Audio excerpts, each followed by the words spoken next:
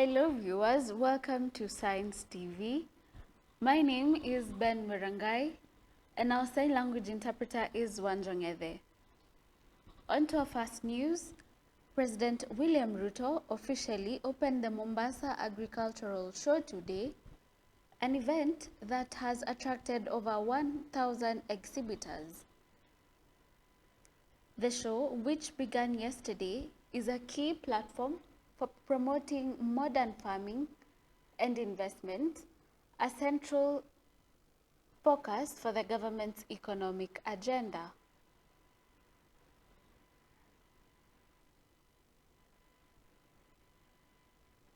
The annual event, a major highlight in the coastal region, brings together stakeholders from various sectors to showcase the new technologies, products, and services.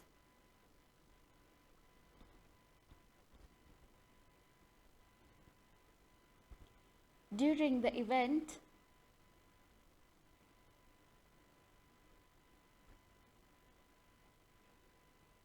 with its theme promoting climate-smart agriculture trade initiatives for sustainable economic growth, the show aims to address climate challenges while fostering economic resilience. During the event, President Ruto also participated in a livestock trade where he and a group of leaders purchased a prized Chianina bull for 1 million Kenya shillings. The show, which runs until Sunday, September 7th, is expected to attract a large number of visitors, providing valuable networking opportunities and a chance to explore the future of sustainable development in the country.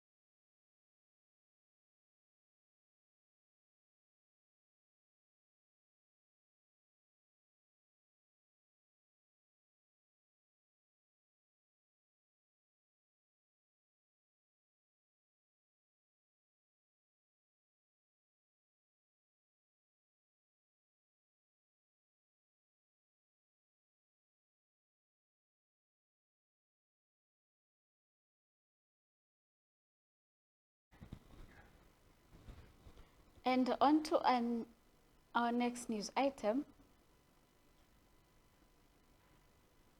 A newly appointed panel to spearhead the process of compensating victims of recent protests was sworn in today at the Kenyatta International Convention Center. The panel's mandate includes identifying and verifying individuals who were harmed, lost property, or suffered other damages during the protests. They are tasked with developing a fair and transparent compensation framework to ensure all legitimate claims are addressed efficiently. The move comes in response to widespread calls for justice and accountability following the clashes. The process is expected to be thorough and impartial, with a goal of providing much needed relief to those who were affected.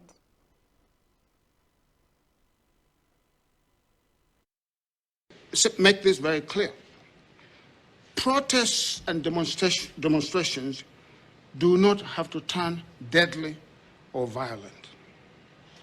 They do not have to turn deadly or violent. For the purpose of demonstration and protest is for the people's voices to be heard. And the people's voices can be heard without violence or death. In many countries around the world, as you've all seen, citizens protest all the time, and they do so peacefully. And out of the protests, they go home in one piece and safely. Our purpose here today is to turn the page and to start writing a new chapter so that we can establish the fact of peaceful protests and demonstrations as a Kenyan norm, so that we can perform Article 37 of our Constitution, which is one of the heartbeats of Kenya, on assembly, on demonstrations, on picketing, and on petition, which have at times turned deadly. We can turn that article into the lifeblood of our democracy. We know that the violence that has taken place has taken lives of civilians, of citizens, the majority of whom did nothing wrong but to turn out to express themselves. We also know that a number of our law enforcement people, without whom there is no country, have also suffered. And I want to make sure that people understand that the law enforcement people are also our fellow citizens. They're our children. They're our brothers. They're our fathers. And we equally feel for them, those who have been affected.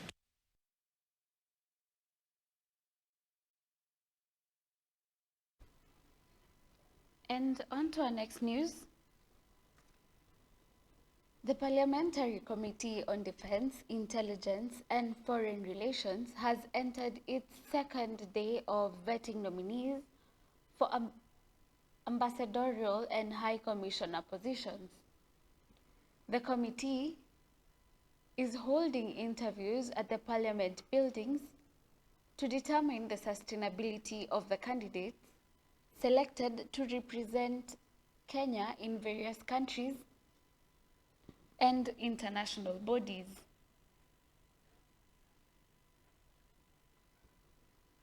This rigorous vetting process is a critical step to ensure that the nation's diplomatic missions are headed by qualified and competent individuals. Following the interviews, the committee's recommendations will be submitted to the National Assembly for final approval before the official appointments are made.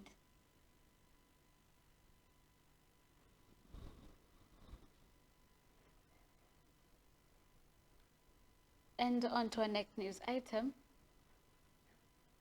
Leaders from the Democratic Congress Party, DCP, have publicly condemned President William Ruto and former Prime Minister Raila Odinga for what they term as mending, in quotes, in the impeachment case of Nairobi Governor Johnson Sakaja.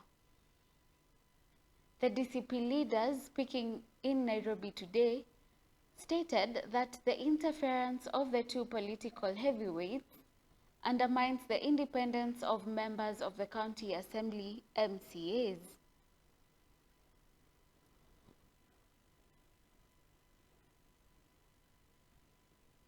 In a press conference, the DCP officials urged both President Ruto and Odinga to allow Nairobi MCAs to carry out their duties independently, similar to their counterparts in other counties. They urge that external influence in the county affairs hinders development and prevents Nairobi from receiving its fair share of services.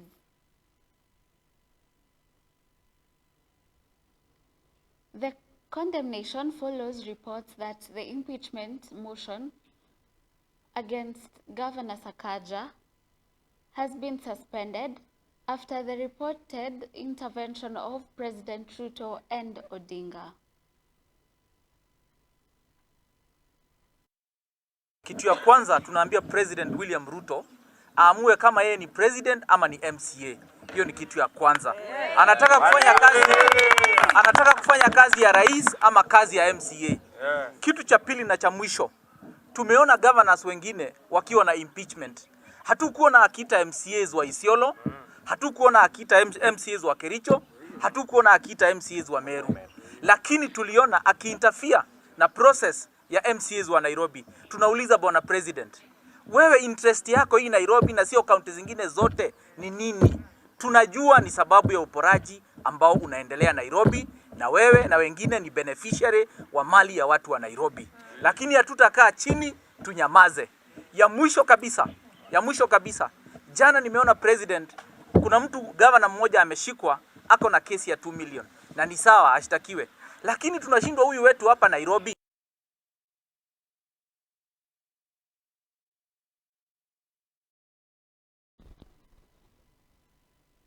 And moving on, Agriculture Cabinet Secretary Mutahi Kagwe is on a 1-week-long mission in the United States, aiming to secure direct market access for Kenyan agricultural products. The delegation has already held a crucial meeting with the retail giant Walmart, which operates over 4,000 outlets across the US, to explore opportunities of Kenyan tea, macadamia nuts, and other exports.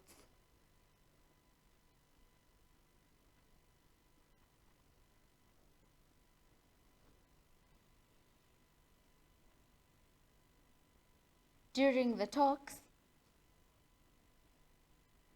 Jane Maigwa, CEO of MacNut Association of Kenya, presented Kenyan macadamia as a premium product.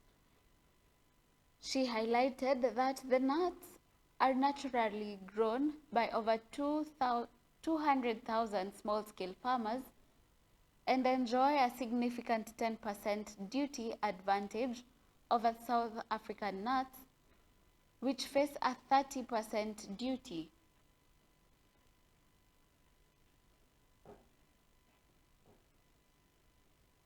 Maigwa underscored Kenya's consistent supply capacity and macadamia's renowned buttery taste, which she said makes it highly attractive to American buyers. Leaders from the Kenya Tea Development Agency, KTDA, Geoffrey Kirundi and Wilson Muthaura also made a speech emphasizing Kenya's capability to package tea at the source. We are just in the process of signing a trade agreement. We're hoping that we're going to sign before the end of the year, so that we cement our relationship with this country. So this opportunity to engage you this afternoon is very important because it cements and shows how serious we are. And I would want to urge you to, consider that kind of proposition. Just on the basis of the tariff, the way the tariff is structured, Kenya imports to US is now 10%, as opposed to our competition, which is South Africa, which is 30%. So there is a price advantage that will be available to Walmart. Tea. Kenya is the 3rd largest producer of tea in the world and is the largest black tea producer on earth. We are also the largest purple tea producers in the world, alongside other products that we can discuss. The Kenya coffee is also a premier coffee, especially where it is not blended and where it has got its geographical indicators. I've got a feeling that there are some of our products.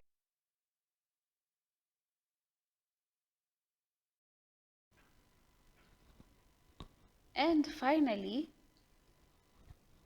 liquor licensing boards across the country are accusing the National Authority for the Campaign Against Alcohol and Drug Abuse, NACADA, of infringing upon their constitutional mandate. The board claims that NACADA is overstepping its authority by attempting to take over the licensing and regulation of alcoholic beverages, a function that they urge falls squarely under the purview of the county governments.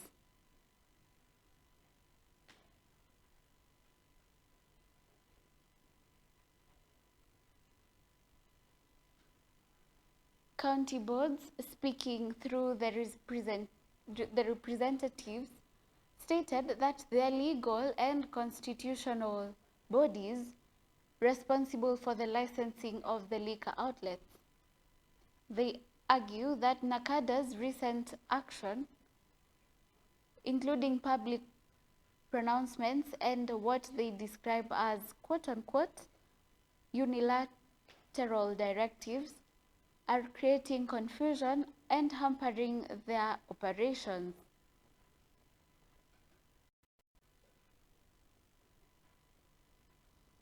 The dispute comes amid renewed efforts to curb the sale of illicit brews and a crackdown on non-compliant bars, an area where both the county governments and NACADA have vested interest.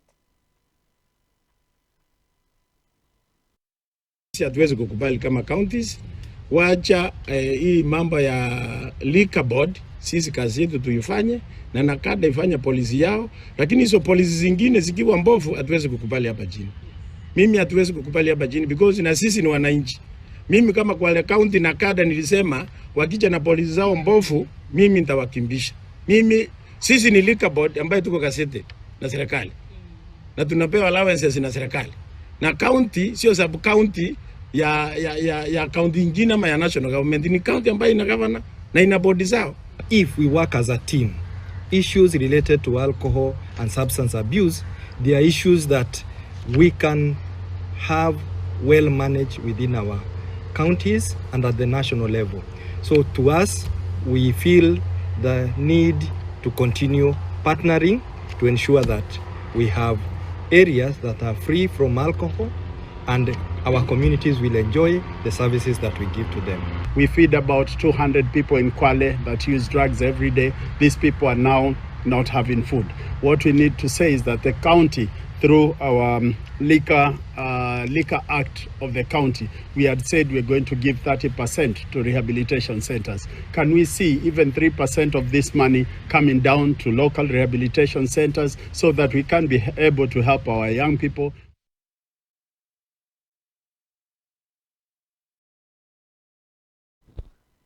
That is all for the news. We'll be taking a commercial break. We'll be back with the sports news.